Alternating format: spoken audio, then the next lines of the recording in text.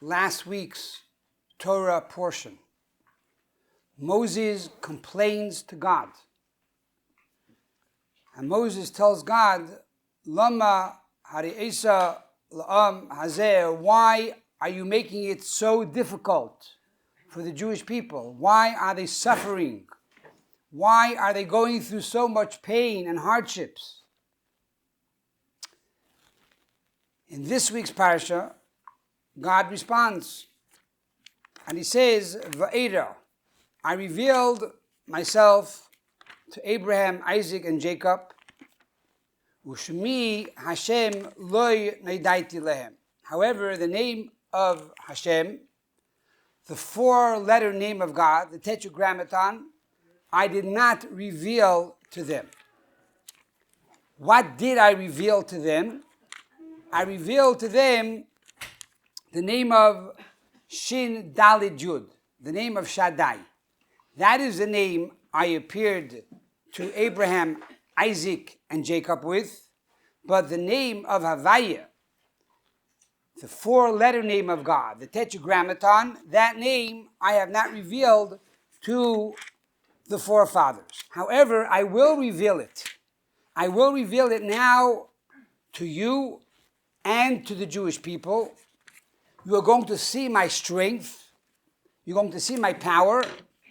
And it's going to be completely realized at Matan Torah when you receive the Torah on Sinai.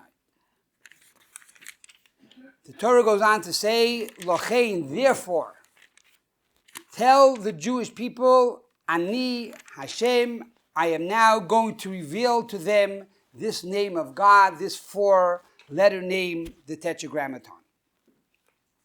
There are many questions here in the parsha. Number one, the parsha is called Vaera, which means I appeared to Abraham, Isaac, and Jacob. We just stated that when God appeared to Abraham, Isaac, and Jacob, it was with the name of Shin Dalet Yud, the three-letter name of God, the name of Shaddai. Yet the entire parsha is talking about the revelation of the four-letter name of God, the name of Vaera, the Tetragrammaton. If that is the case, the name of the parsha does not fit the parsha. Vaera means I appeared, but I appeared to them on a totally different level. This is not the theme of the parsha. Number two, Rashi tells us on the words Vaera el Avraham el Yitzchak ve'el Yaakov, I appeared to Abraham, Isaac, and Jacob. Says Rashi, what does that mean? El ha'avos, to the fathers. What is Rashi telling us here? What is he adding to the verse? We know that Abraham, Isaac, and Jacob are the fathers, just like we know Sarah, Rivka, Rachel, and Leah are the mothers. Any 5-year-old child who is learning the Chumash, learning the Bible, knows that they are the forefathers. So what is Rashi commenting here? You should know, Vaera, I appeared. El ha'avos, they were the forefathers. And the most complicated question here is in verse number 6.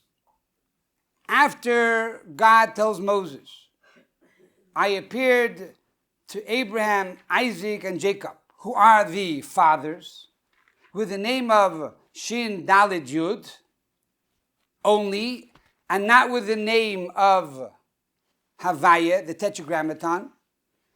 Go now, Lochein, therefore tell the Jews, I will appear to them with the name of Vaera, with the four-letter name of God, with the Tetragrammaton.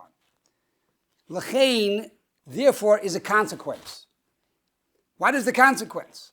Because I did not appear with the name of Vaera to the forefathers, therefore tell the children I will appear to them in the name of Vaera.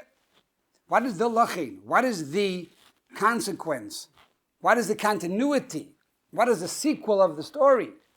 How does the latter part connect with the earlier part?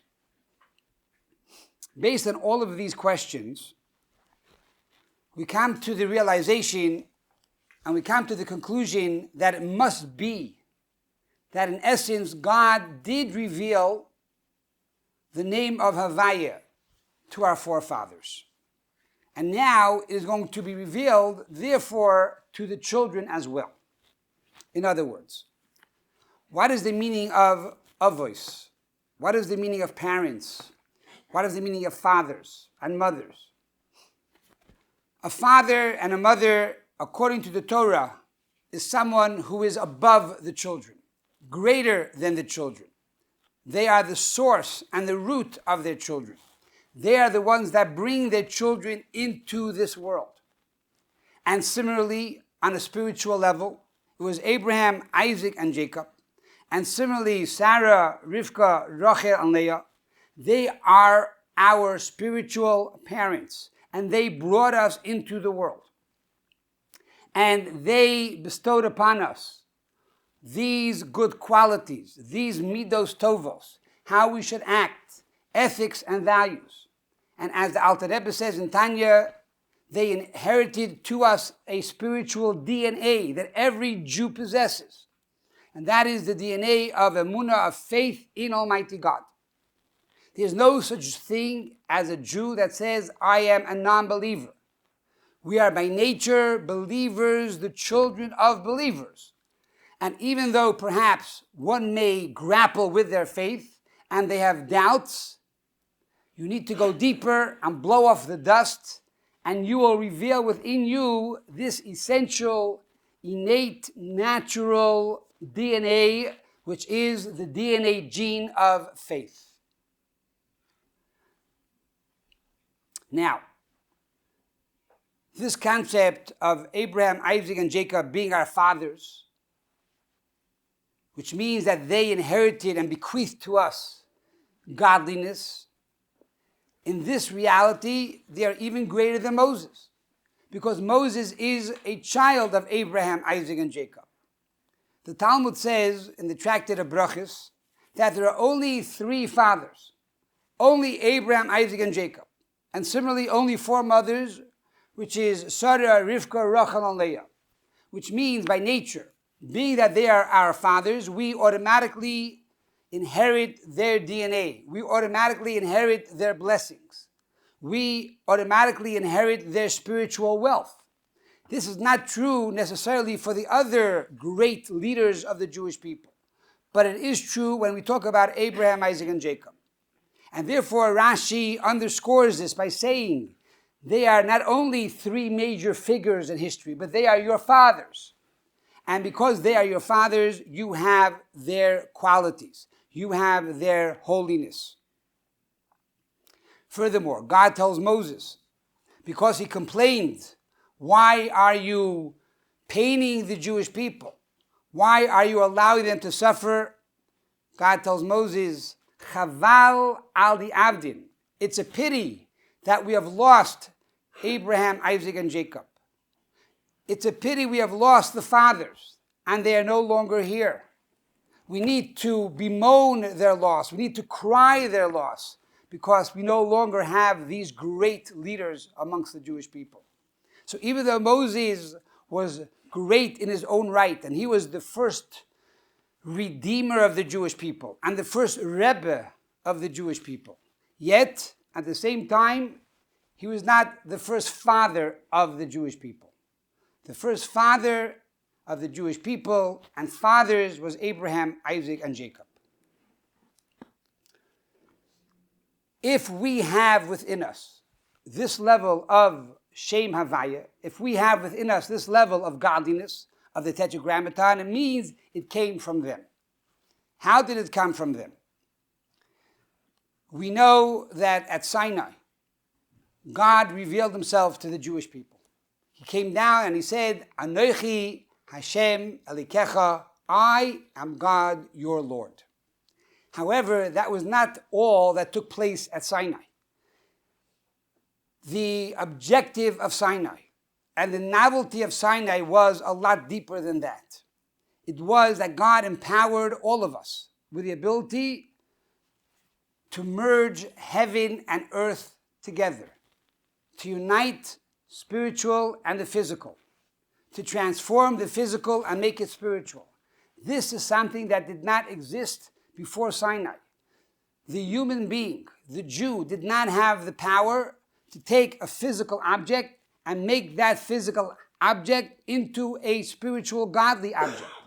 That gift, that ability to transform the physical, to merge heaven and earth, this is the novelty and the objective of Sinai. And that took place because of the fact, Anochi Hashem Elikecha, God revealed the level of this Tetragrammaton. God revealed the level of Havaya, which allowed us to take the physical and make it spiritual. This concept of Sinai really started already with the birth of Abraham. For the Talmud says, the world was created for 6,000 years. The first 2,000 years was chaos. We had the flood. The second 2,000 years is Torah. We received the Torah. The third 2,000 years are the days of Moshiach, preparing ourselves for redemption. Furthermore, our sages tell us that the 2,000 years of Torah began with the birth of Abraham.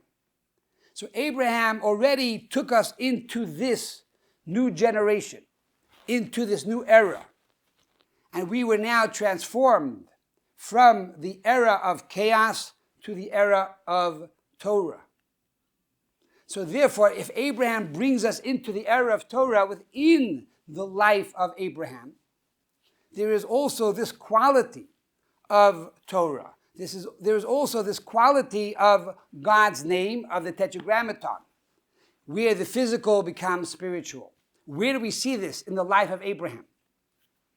We see this in the one mitzvah that God commanded him to perform. And that was the mitzvah of circumcision. On one hand, the Talmud says, Abraham fulfilled the entire Torah before it was given. He performed Shabbos and kosher and all the other laws. But yet, the one mitzvah Avraham Avinu waited for God to command him to do was the mitzvah of circumcision. Why? If he did all the other 612 mitzvahs, even rabbinic mitzvahs like washing his hand before he eats and making an eiduv to be able to cook from the Yom Tif for the Shabbos, why did he not first perform the mitzvah of circumcision, which we know takes place on an 8-day-old child? On a simple level, because once you do the mitzvah of circumcision, you cannot do it a second time. Shabbos you can do every week. Passover you can do every year. Hanukkah you can do for 8 days. But the circumcision, it's only once in a lifetime. So once he did it, he couldn't do it again. But on a deeper level, the reason why Avraham Avinu did not do circumcision was because the objective of circumcision is to take the physical limb, the physical organ, and make it holy. Only God can do that. And the way God does that is by commanding us to do it. When God commands us, it's not only an obligation, but God gives us the power to perform it. So a commandment is also a blessing. A commandment is also an empowerment. And that takes place because when God commands, God reveals to us and empowers us with the name of Havaya, the Tetragrammaton, the 4-letter name of God. So already Avraham Avinu was given this 4-letter name of God when he was given the mitzvah of circumcision. If that is the case, what then is the meaning that God tells Moses, the name of Havaya I did not give Avraham? But if you read the wording carefully, it does not say I did not give it to Avraham. It says lo nadaiti lehem, which means by Avraham Avinu it was not in a revealed manner. It was present, but it was not revealed. It was not recognizable by Avraham Avinu. But yet, he did have that power. He did have that name. And what will be now the difference between the children of Israel and Abraham is. Avram Avinu had that name. He bestowed it to the Jewish people, but it was not yet recognizable. By the Jews, it will become very vivid. It's going to become very clear. It's going to become revealed. It's going to become recognizable when I, God, appeared to you at Sinai. This is the transformation that is taking place. So now that we know this, that already Abraham had it, therefore he was able to bequeath it to his children. And therefore, Vaera, I appeared to Abraham, is not only on the level of Shaddai, Shin Daled Yud, the three-letter name of God, but also the name of Havaya, the Tetragrammaton, the name of infinity, the name that gives us the power to transform this physical world and to make this world into a dwelling place for Almighty God. Now let us take this idea one step further. So we're talking about God telling Moses, you should know, you're going to get a Torah on Sinai, and on that day, I'm going to come down to the mountain. On that day, I'm going to reveal my essence to you. You're going to see me. The four-letter name of God. That's a beautiful story. And we read the story every single year. So if you're 90 years old, you read the story almost 90 times. If you're 100 years old, you probably read it about 100 times. And since the Torah was given over 3,300 years ago, there are people who continue for generations to read the Torah over and over again. Now, we know that we got the Torah on Sinai. We know that God revealed himself on Sinai. If that is the case, why are we reading the portion all over again? It happened already. What happened is past. We're worried about the future. We're concerned about the future. And the Torah is an eternal book. The Torah is a Torah of the future. It's not only a Torah of the past. If that is the case, what is the difference between prior to Sinai and after Sinai, now that we're living already after Sinai? So the answer is as follows. Just like there was a difference between the revelation to Abraham and the revelation to us, the same is true, there will be a difference in the revelation of now and the future. Now, prior to Sinai, and the future after Sinai. Sinai now means Moshiach. Sinai now means the redemption. Sinai now means the Geula. Right now, we did receive the Torah, but yet we are still in the state of exile. We are still in the state of Mitzrayim, of Egypt, a spiritual Egypt, which means limitations and borders and constraints.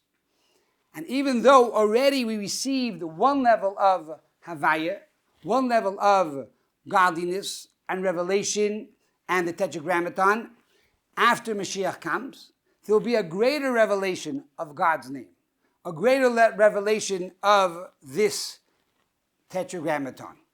And this is actually hinted in next week's parsha. From Vaera we go to Boy. What happened in next week's parsha? God tells Moses, Boy el pare, come with me to Pharaoh. Doesn't say go, come with me. In other words, I'm there already, and you're coming with me into Pharaoh. The Zohar, the secret book of the Torah, reveals a big secret here and says that the name for Pharaoh is not only an evil king, but the name of Pharaoh represents the deepest revelations of godliness and holiness in the world. And God tells Moses, come with me into the deepest chambers, into the most secrets of the secret, into the holiest of the holy. And I will reveal to you a whole new world, a whole new revelation that you never experienced before. And this is called Pharaoh, because Pharaoh means to reveal and to unveil. I'm going to reveal to you, unveil to you the secrets of the universe and the secrets of godliness. We find the terminology in the Torah that a fifth shall be given to Pharaoh. This alludes to the fifth level of the revelation of godliness. In other words, the name of God has 4 letters, the Yud and the Hey and the Vav and the Hey. The fifth is a level beyond the 4 letters. It represents the crown of the letter Yud, the point of the letter Yud, or even beyond the letter Yud. And this will be revealed when Moshiach comes. And so God tells Pharaoh, Boy el Pare, come with me into this secret world. Come with me into the mysteries of the universe. Come with me into the highest revelations of godliness, which will be experienced very soon with the coming of Moshiach. So, the Torah is our guide.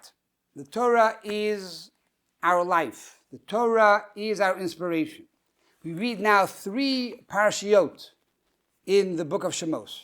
Shemos, Vaera, and then next week, the parsha of Boy. These 3 parshiot represent these 3 stages, these 3 periods in our history.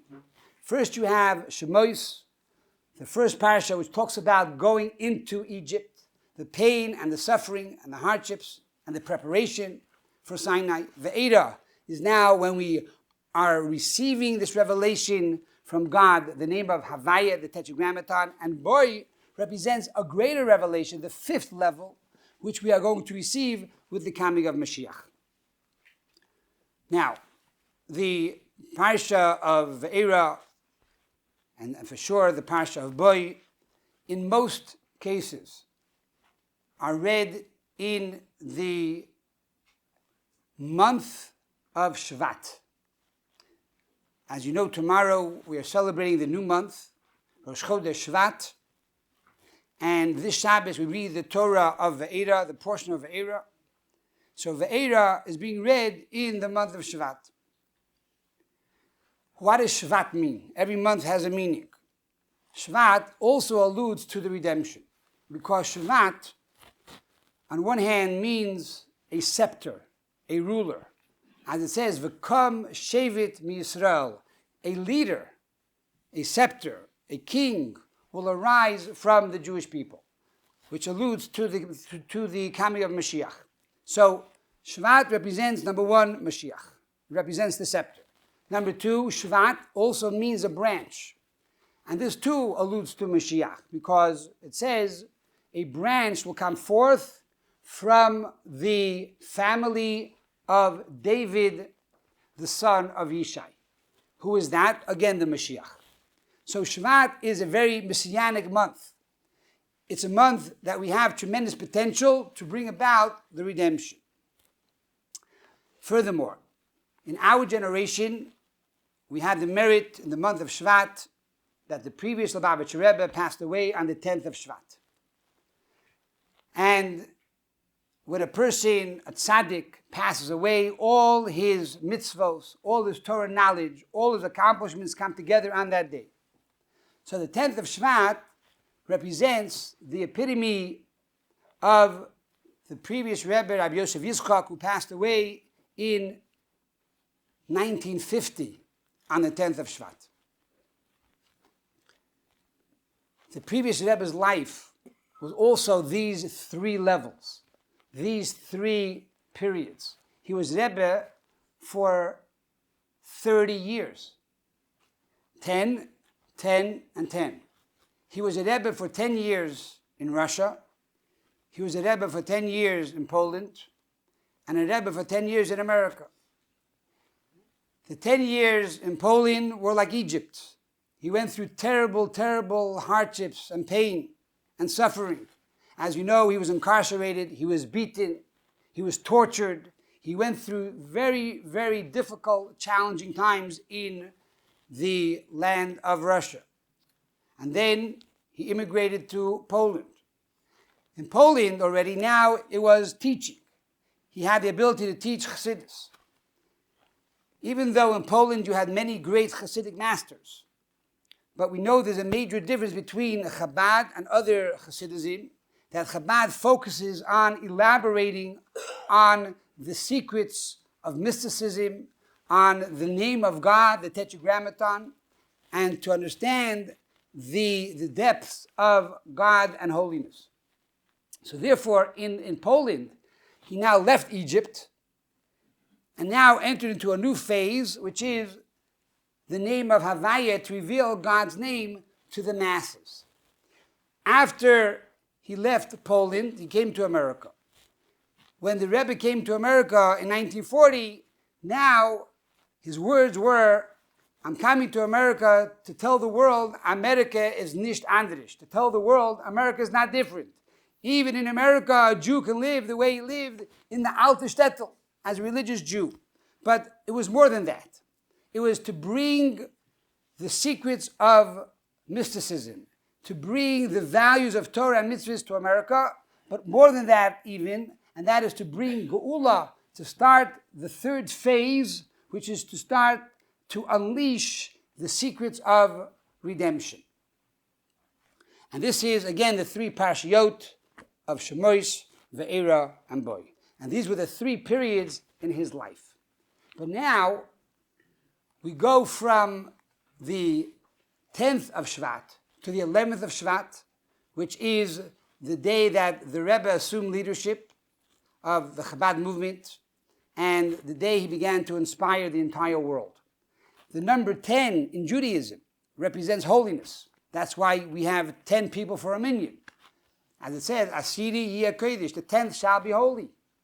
You got to give a tithe, a tenth of your money, to charity. The idea of 10 represents a holy concept. What is 11? If 10 is holy, what is 11? 11 is redemption. After you reach this level of perfection, now you go to 11 beyond perfection, which is Geula, which is redemption. And similarly, 10 represents the revelation of God, the revelation of God's name, the Tetragrammaton. But now we go to 11, which is the revelation beyond the name of God, which is the fifth level. The fifth level, which is the revelation that will take place when Moshiach comes. And already all of this was given to Abraham, Isaac, and Jacob, for they were the fathers. And because they were the fathers, they bequeathed it to the children. Similarly, Matan Torah, the giving of the Torah, is really the marriage between God and the Jewish people. Now, there's a famous teaching that at one's wedding, 3 generations come to visit and to participate at the wedding and help the chassan and kala start their new life together. It could be 3 physical generations who are alive, but even those who already left the world come back to the wedding to give strength and blessing to the new couple. Now, Matan Torah, which was the day that we married God, on this day, the forefathers, the 3 generations of Abraham, Isaac, and Jacob, together with their spouses, Sarah, Rivka, Rachel, and Leah, came to Matan Torah, came to this revelation, came to this wedding. Why? To give us and empower us with the ability to start our new voyage together, to be able to transform the physical and make it spiritual. And the same is true, we always have our forefathers with us, and our matriarchs with us every day of our life. They continue to inspire us, they continue to give us strength, they continue to help us in our challenges, to overcome and to grow and to become stronger. Talking about weddings, I want to mention that since October 7th, there are many stories that are surfacing and being revealed to the world. I want to share one quick story. One of the young men that were killed in the Nova concert on October 7th, his name is Adir Masika. Adir Masika was there with his friends and his colleagues, and unfortunately they were all gunned down by the terrible Hamas terrorists. However, even though the story is a sad one, it has a happy ending. Adir's father is a jeweler. And when he heard about this terrible massacre and terrible loss, he asked himself, what can I do to continue to make sure that the memory of his son Adir is alive for all generations to come? And he decided to do the following. He decided to make a public declaration, a public announcement, that any soldier who is active and fighting in Gaza and wants to get married and proposes to their kala, to their girlfriend, he will supply the ring in the name of Adir. And today, to date, over 40 chasanim, over 40 soldiers, because of this, have proposed to their potential wives to make this into a holy matrimony and to bring this name of Adir into the next generation. To me, this tells us that we are very close to the coming of Moshiach. Because even though Matan Torah, Sinai, and the giving of the Torah on Sinai is called the wedding in general, in reality, Sinai was only the engagement between God and the Jewish people. It was like the chuppah, when God gave us the ring. But then, all of a sudden, the chassim, God, the groom, disappeared.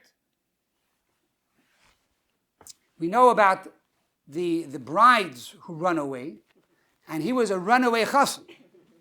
And since then, we haven't seen him.